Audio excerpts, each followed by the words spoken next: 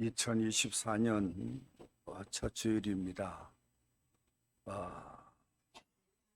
갑진년 이 한 해도 우리 주님의 돌보심 또 선한 인도하심 속에 승리하는, 그리고 하나님께 영광 돌리는 복된 한 해가 되시기를 축복합니다.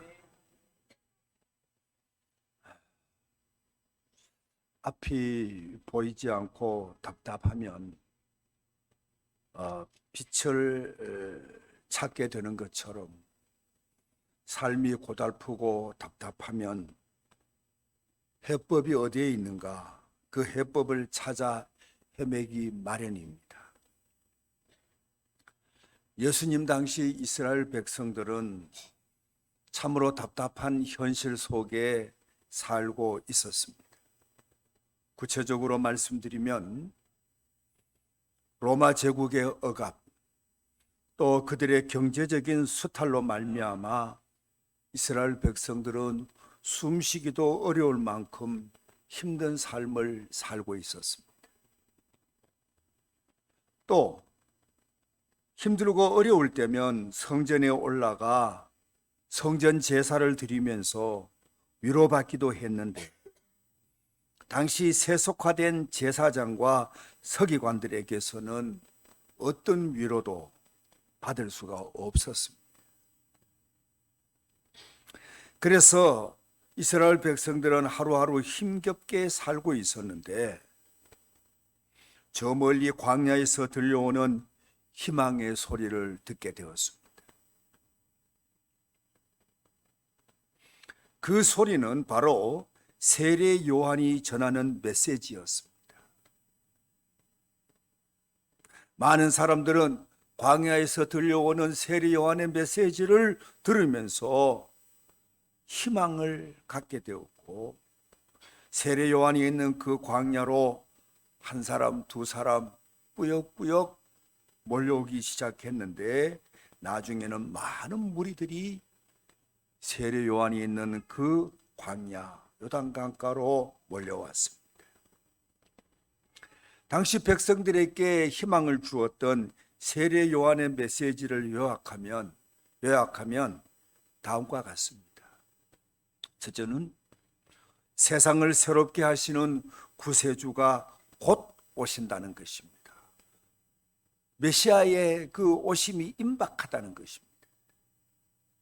사실 구세주에 대한 예언, 즉 메시아에 대한 예언은 이전에 이미 많은 선지자들이 예언한 것인데, 요한은 그 메시아가 곧 오신다, 임박하다, 그렇게 선포했습니다. 둘째로, 구세주가 오시면 친히 다스리는 나라를 세우신다는 것입니다. 셋째는 구세주가 다스리는 그 나라의 백성이 되려면 준비를 해야 되는데, 죄사함을 받게 하는 회개의 세례를 받아야 한다라는 것이었습니다.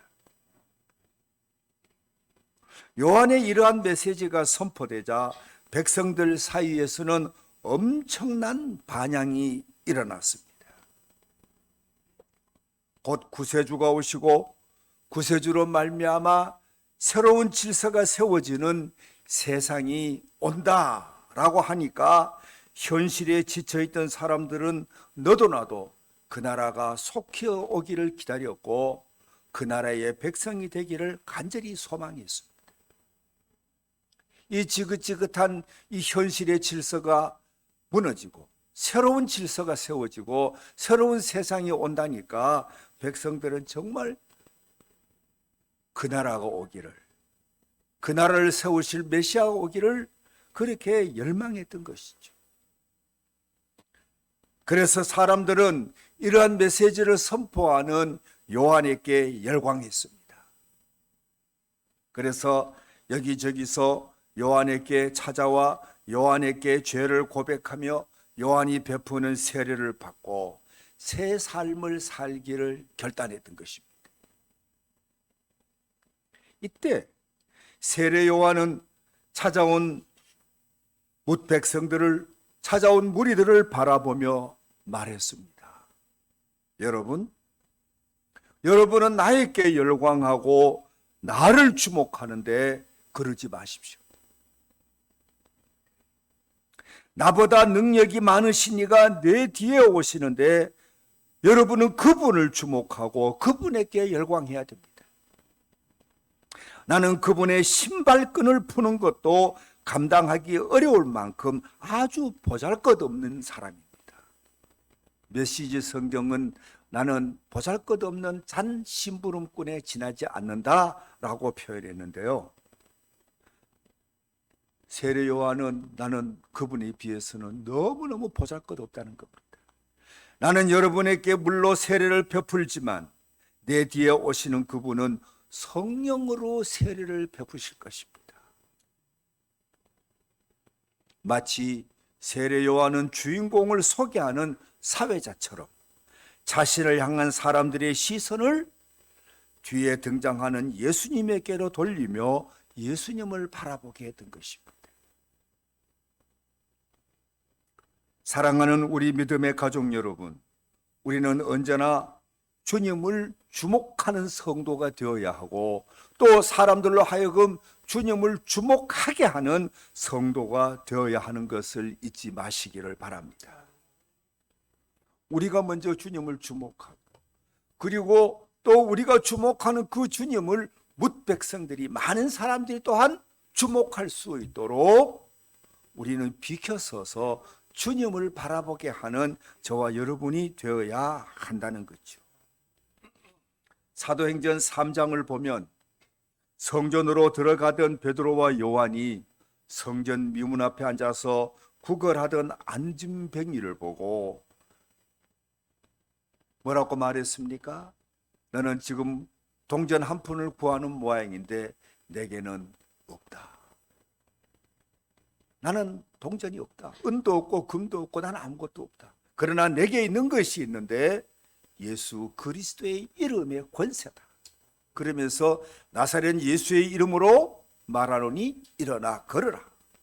그랬더니 그 사람이 뻘떡 일어나 걷고 뛰고 활보하는 놀라운 모습을 보였습니다. 고침받은 사람은 너무너무 고마워 베드로와 요한을 붙잡고 연신 감사하다며 고개를 숙여 절하는데 그 광경을 지켜본 사람들이 놀라서 베드로와 요한을 쳐다봅니다. 야, 저 사람들 도무지 어떤 사람이야? 그때 베드로는 그들을 돌아보며 말했습니다. 여러분, 왜 우리를 주목합니까? 이 일은, 이 안진뱅이를 고친 일은 우리 개인의 권능과 경건으로 한 것이 아닙니다. 하나님의 아들 예수 그리스도께서 우리를 통해서 하신 일일 뿐입니다. 그러면서 자기들에게로 향하는 시선을 주님께로 향하게 한 것을 볼 수가 있어요. 바울도 마찬가지였습니다. 바울이 바나바와 함께 루스드라에 갔을 때 발을 쓰지 못하는 사람을 보고 그를 고쳐준 적이 있습니다. 그랬더니 사람들이 그 광경을 보고 놀라서 말했습니다. 이 사람들은 정녕 사람이 아니다. 사람의 형상으로 온 신이다. 신들이 사람의 형상으로 왔다. 그러면서 소를 잡고 이제 화환을 준비해서 바울과 바나바가 머물고 있는 집 앞 대문 앞에 와서 제상을 차리고 그리고 바울과 바나바를 경배하는 것입니다. 그 루스드라는 이렇게 다신교를 믿는 사람들이었거든요. 근데 이 바울과 바나바는 신들이 사람의 형상으로 왔다. 정녕 바나바는 제우스다. 그러면서 바나바와 바울을 막 경배하니까 이 모습을 보던 이 바울은 기가 막혔습니다. 그래서 그들을 향해 외쳤습니다. 우리는 당신들과 조금도 다를 바가 없는 사람입니다. 여러분이 놀라워하는 이 일은 천지 만물을 지으시는 하나님이 우리를 통해서 한 일일 뿐입니다. 그러니 우리를 주목하지 마시고 하나님을 주목하고 하나님을 믿으십시오. 바울은 비켜서서 루스드라 사람에게 하나님을 주목하게 했습니다. 사랑하는 우리 교우 여러분, 우리는 사람에게 시선을 빼앗기지 말아야 합니다. 사람을 주목하는 어리석음을 버려야 합니다. 뿐만 아니라 이제 우리는 사람들에게 주님을 주목하게 하고 주님을 바라보게 하는 그와 같은 일을 행하는 저와 여러분이 되어야 하는 것입니다. 바울이 그랬습니다. 베드로가 그랬어요.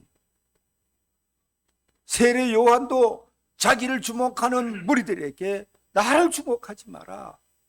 내 뒤에 오시는 이 능력 많으시니 물로 세례를 베푸는 나와 달리 성령으로 세례를 베푸시니 그분이 오시니 그분을 주목하고 그분에게 열광해라.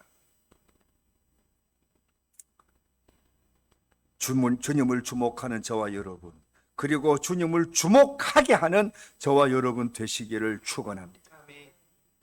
그리고요, 정말 우리가 조심해야 할 것이 있어요. 주님께로 향하는 시선을 빼앗거나 주님이 주목받아야 마땅할 일을 내가 주목받는 잘못, 이런 잘못을 범해서는 안 됩니다. 여러분, 이단의 교주들을 보면은요, 다 여기에 걸려 넘어졌어요. 여러분, 박태선 그 양반 처음부터 그렇게 나쁜 사람이 아니었어요. 아주 존경받던 장로였어요. 그런데 어느 순간 이 사람은요, 주님이 받아야 할 영광을 주님 앞에 서서 자기가 받기 시작했어요. 그러면서 그는 돌이킬 수 없는 그 패망의 길을 걷게 된 것입니다. 사무엘하 15장을 보면 압살롬, 이 압살롬은 다윗의 셋째 아들인데요, 미남의 대명사입니다. 아주 잘생긴 사람. 이 압살롬이 아버지 다윗에게 반역을 했는데, 반역할 때 이 압살롬이 쓴 수법은 백성들의 마음을 훔쳐서 백성들의 시선이 자기에게로 향하게 한 것이었습니다. 예를 들면 누가 재판에 졌다라고 하면 그 사람을 압살롬은 찾아갔습니다. 원래 여러분, 재판은 왕이 하게 돼 있어요. 왕이 하는 중요한 일들 중에 하나가 재판이었어요. 사사 때부터 이 재판이 중요한 일이었어요. 그런데 어떻게 재판을 다 합니까? 이드로가 모세에게 일러준 대로 아주 큰 일은 왕이 직접 재판하지만 나머지는 이렇게 저렇게 역할을 나누어서 재판을 이제 분산했던 거죠. 이제 재판에 진 사람이 있으면 이 압살롬이 찾아가서 말했습니다. 내가 당신의 재판을 내가 지켜봤는데 당신에게는 잘못이 없어. 왕이 재판장을 잘못 세워서 내가 패소한 것 같아. 그러면서 억울함을 위로하는 척하면서 다윗에게 반감을 갖게 했어요. 그리고 사람들이 왕자인 자기를 보고 찾아와 절하려고 하면 절받기를 극구 사용하면서 마치 친구를 대하는 것처럼 다가가 그를 포옹하고 그의 볼에 입맞추면서 아주 겸손한 모습으로 대했어요. 그러니까 사람들 사이에서는, 백성들 사이에서는 압살롬은 참 겸손한 사람이야. 압살롬은 정말 정의로운 사람이야. 그 사람들 사이에 입소문을 타기 시작했는데 압살롬은 굉장히 겸손한 사람, 정의로운 사람으로 부각이 되었어요. 어느 순간 압살롬은 백성들의 마음이, 백성들의 시선이 자기에게 쏠리고 있다는 것을 알고서는 아버지 다윗에게 대해서 반역을 했는데요, 그 결과는 여러분들이 잘 아시지 않습니까? 그의 긴 장발이 나무에 걸려서 다윗의 군사들과 싸우다가 그의 긴 장발이 나무가지에 걸려서 옴짝달싹하지 못하고 붙잡혀 비참하게 최후를 맞게 되었죠. 여러분, 우리는 이렇게 그 주목받아야 할 그분이 주목받도록 해야 돼요. 압살롬처럼 마음을 훔치고 시선을 빼앗아서 자기를 주목하도록 해서 안 돼요. 종종 이렇게 그 부흥회 참석하다가 보면 정말 걱정스러울 때가 있어요. 여러분, 어떤 경우에도 하나님께 영광을 돌리고 하나님의 영광을 가로막거나 그 영광을 가로채려고 해서는 안 되거든요. 세례 요한은 마음만 먹으면 얼마든지 주목받을 수 있었습니다. 주목받는 걸 즐길 수 있었습니다. 얼마든지 열광하는 무리들의 환호를 기쁜 마음으로 받을 수 있었어요. 그런데 그는 그렇게 하지 않았습니다. 그는 비켜서고 주님을 바라보고 있어요. 주님을 가로막지 않고 주님 앞에서 비켜서서 뭇 백성들이 주님을 바라보게 했다. 이런 세례 요한을 주님은 뭐라고 칭찬했습니까? 여인이 낳은 아들 중에 세례 요한보다 더 큰 자가 없다. 그렇게 말씀하지 않았습니까? 그렇다면 왜 세례 요한은 자기를 주목하지 말고 예수님을 주목하라고 했을까요? 왜 그랬을까요? 온갖 괴로움을 안고 찾아온 이들, 더 이상 희망이 없다며 절망하고 찾아온 이들, 그들에게 자신이 해답이 아니라 예수님이 해답이 됨을 분명히 알게 하려고 그는 나를 주목하지 말고 내게 열광하지 말고 주님을 주목하고 주님께 열광하라고 말했던 것입니다.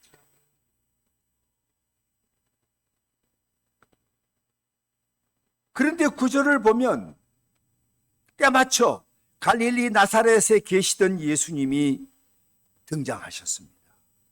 세례 요한과 많은 무리들이 있는 그곳으로 예수님이 찾아오셨습니다. 그리고 요단강에서 요한이 베푸는 세례도 받으셨습니다.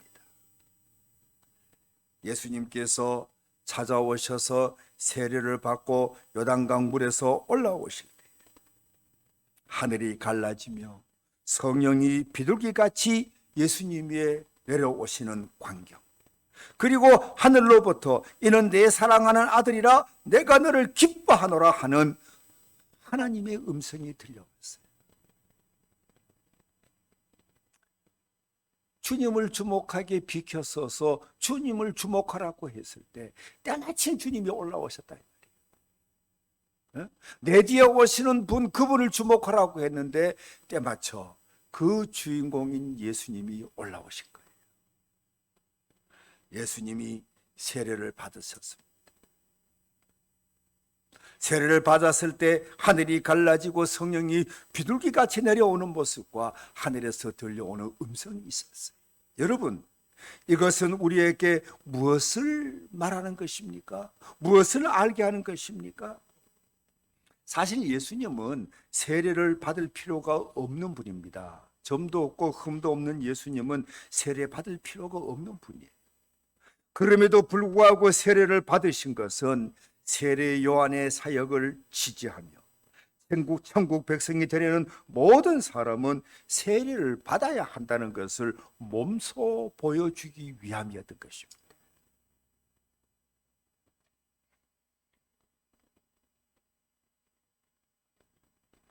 그리고 요단강에서 세례를 받으시고 물에서 올라오실 때 하늘이 갈라지고 성령이 비둘기같이 내려오면서 이는 내 사랑하는 아들이요 내 기뻐하라는 소리가 들려왔다는 것은 흑암 가운데서 빛을 찾는 백성들에게, 절망 가운데서 희망을 찾는 백성들에게, 갈 바를 못 찾고 헤매는 백성들에게 예수님이 구세주가 된다는 사실, 예수님이 너희가 기다리던 메시아라는 사실을 온 세상에 알리는 하나님의 퍼포먼스, 하나님의 연출이었던 것입니다. 이해가 됩니까? 여러분, 간혹 보면 그렇잖아요.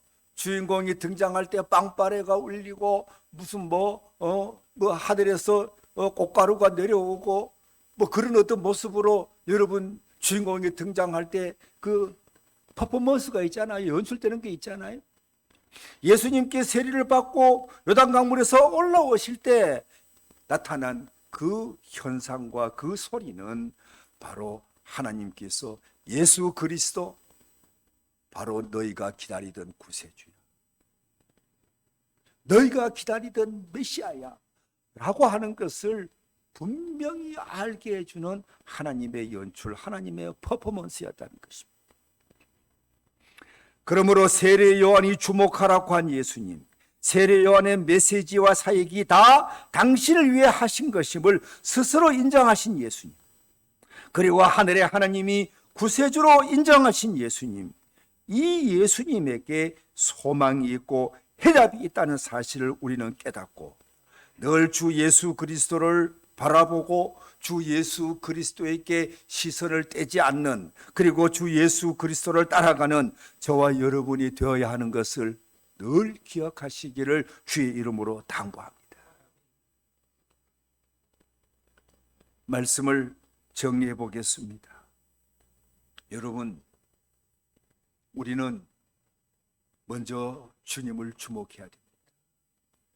그리고 우리만 주목하면 되나요? 우리만 주목하면 되나요? 아닙니다.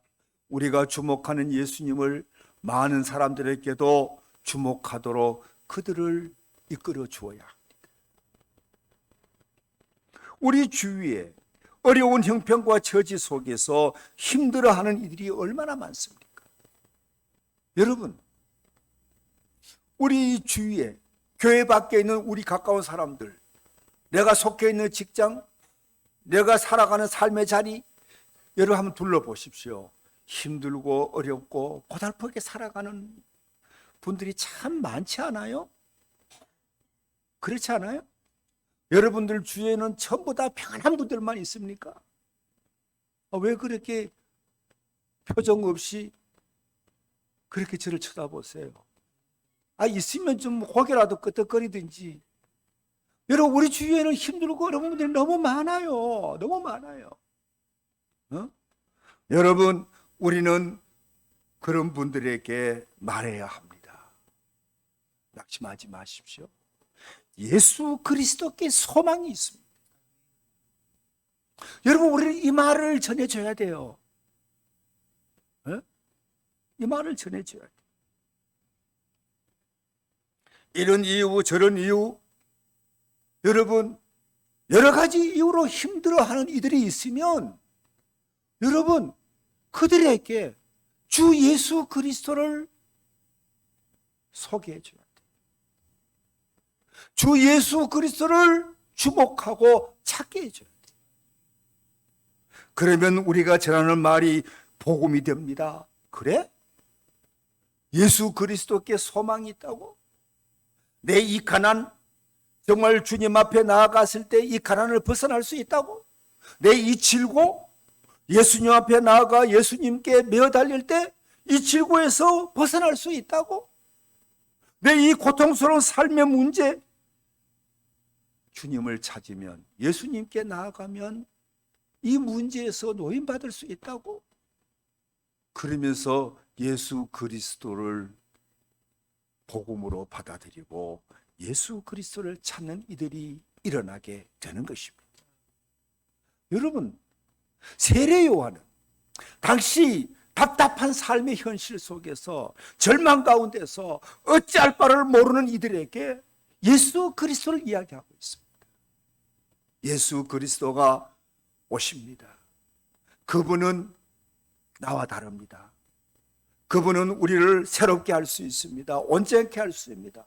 그리고 이 답답한 현실을 새로운 질서로 바꾸고 새로운 세상이 되게 하시는 분입니다. 그러면서 예수 그리스도를 앙망하게 했잖아요.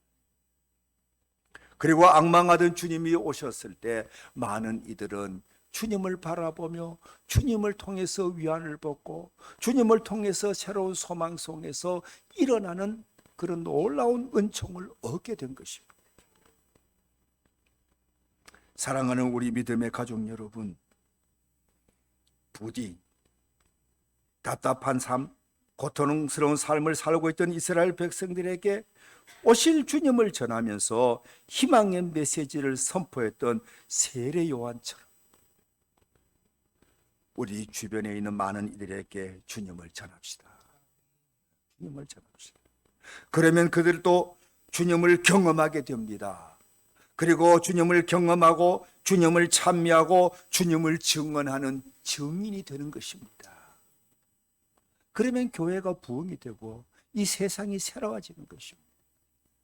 2024년 갑진년 이 한 해, 여러분 세례 요한적 사명을 가지고 주님을 소개하고 주님을 주목하게 하는 우리 모두가 될 수 있기를 주의 이름으로 당부합니다.